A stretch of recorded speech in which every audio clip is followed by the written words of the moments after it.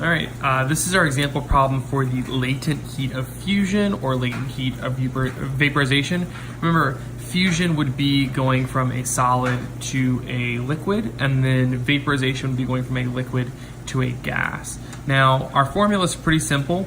Regardless if it's fusion or vaporization, it's the same thing, which is going to be Q, again, being heat, is equal to our mass times, I'm going to put that as capital L, which can either, it was our latent heat, and that could either be a fusion or a vaporization. So either one of those would go in right here. So our problem that we're going to do together says water has a heat of fusion of 3.33 times 10 to the 5 joules per kilogram and a heat of vaporization of 22.6 times 10 to the 5th joules per kilogram.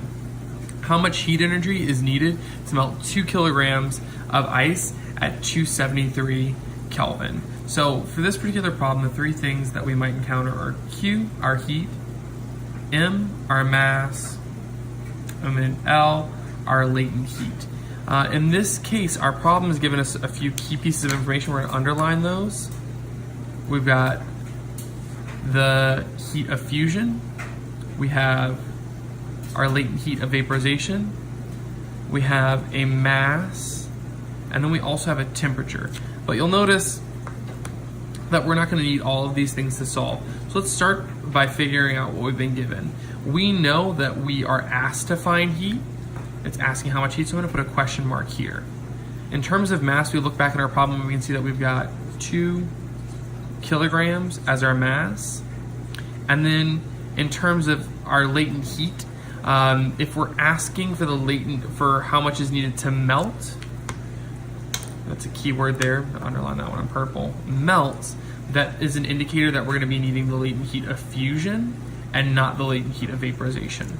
So for L, we're just going to put that latent heat of fusion.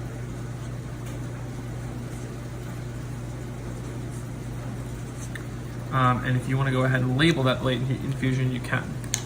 So all we have to do to figure out our heat, or solve for our heat, is plug it into our formula. So Q is equal to 2 times 3.33 times 10 to the 5th joules per kilogram.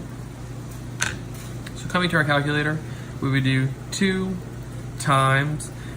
Now, when you're entering this in scientific notation, a good strategy to have when you're using your calculator so you don't mess things up is putting that portion that's in scientific notation within parentheses. So at open parentheses, 3.33, press that second button, and right above that x to the negative first, you have that double E, and that means times 10. And then you'd press 5, close those parentheses, and press enter.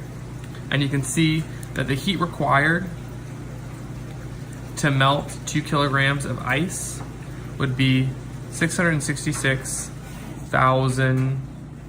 If we're talking about heat, again, our unit for that is going to be joules.